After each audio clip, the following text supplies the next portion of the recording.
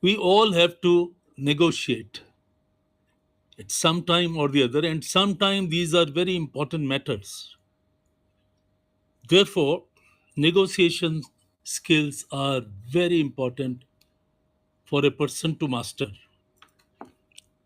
Now, I'll deal with the subject by answering certain questions.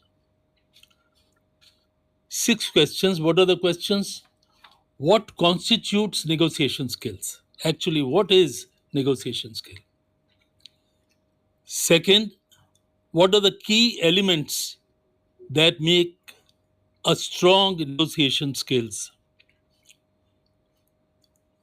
Third, which are the situations which require important result oriented negotiation skills? We have many situations where the stake is very high. Number 4, what is the importance of communication skills for effective negotiation? Yes, communication skills, verbal as well as written, is very important because that gives us the power to use the language to its full potential. Question number 5, how to develop good communication skills. And lastly, why negotiation skills are important for your success in any area of life. Yes, so what constitutes? Let me first welcome Mr. Jagannath, welcome Manjeet, welcome Mridu Bhatri. Most welcome. I'm so glad that you have come. What constitutes negotiation skills? Negotiation skills encompass a broad set of abilities and techniques that enable individuals to achieve favorable outcomes in discussions, whether whether personal discussions or in business or diplomatic contexts.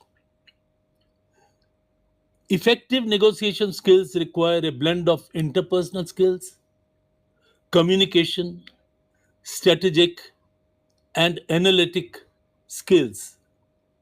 Here are the key components. Preparation and planning. We all feel perhaps we can just go, the subject is known to us, and we can, without any preparation, go and see that the decision is what we wanted. But it doesn't happen that way. So, how you prepare? Research and analysis.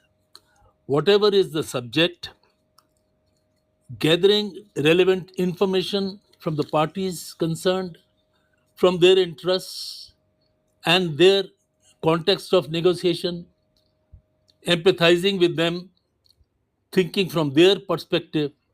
So, all these things you have to first analyze. Then only you can define your goal. You can set your goal. Define clear objective, understanding the desired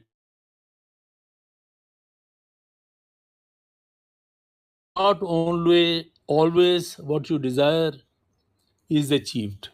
Yes, you have written down, but you should be a little bit flexible. You should have the possibility of making a win-win situation with little adjustment. Then strategy development. Formulate a plan based on strength, weaknesses, opportunities, and threats, what is known as SWOT analysis in business parlance. Effective communication is very important for negotiation skills, which we will also deal with later. But here I sufficient to say that clear expression, articulate thought, and positions clearly and concisely, it should be explained. Non-verbal communication is also very important because using body language, facial expressions, and eye contact to convey the message and gauge the reactions. Empathy, as I said, empathy is understanding and considering the emotions and perspectives of others. Very important. We should know, if we know the gentleman, only then we'll be going for negotiation, that how he or she perceives things. Relationship building is a must establish if you want to have a win-win outcome, or even if you want to have an outcome which is at least agreeable.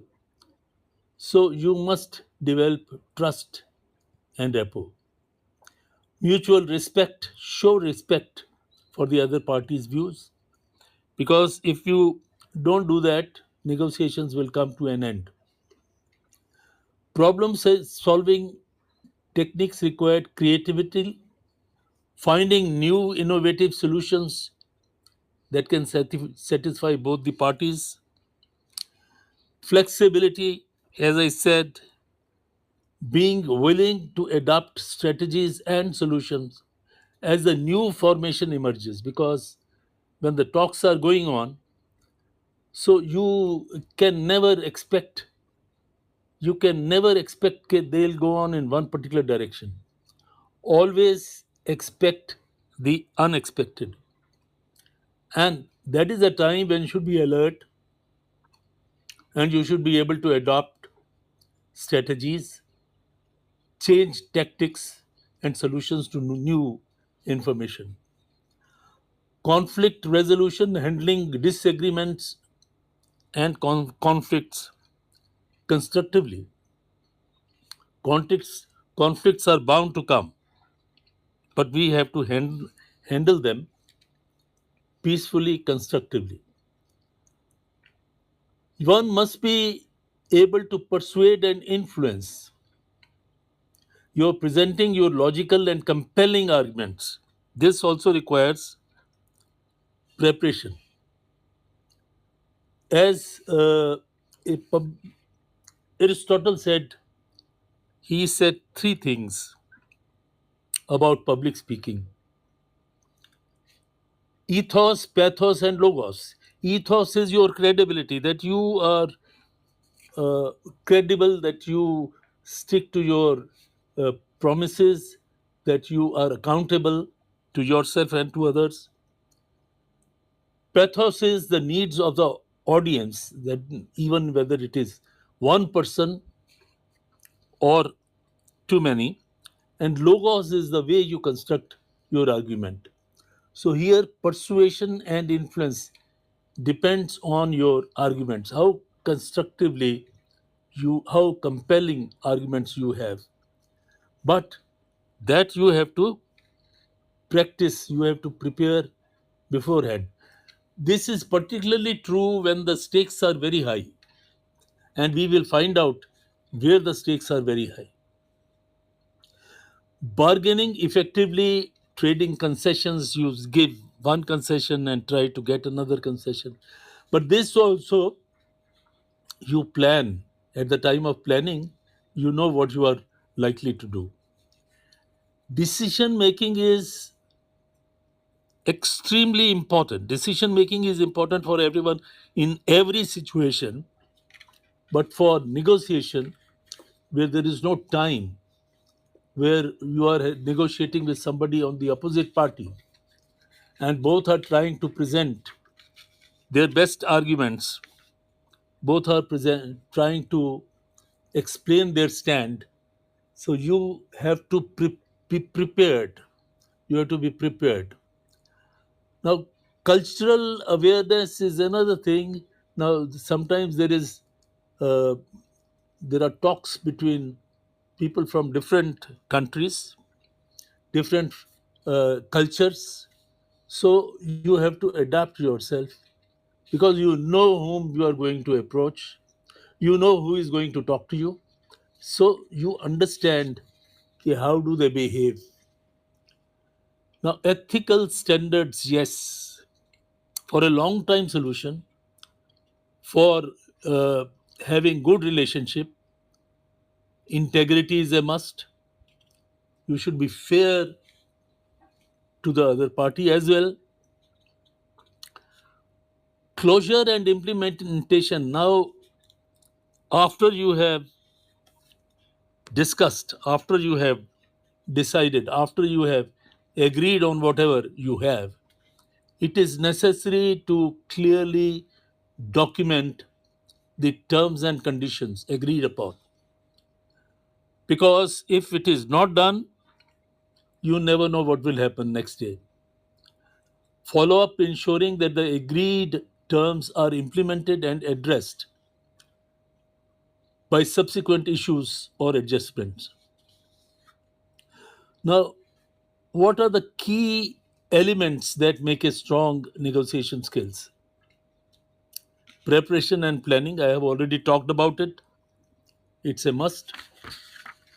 Don't think that you know the situation and you can deal with it offhand. No. Active listening is critical.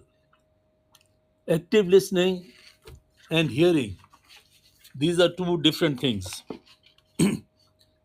In active listening, you first understand and then be understood.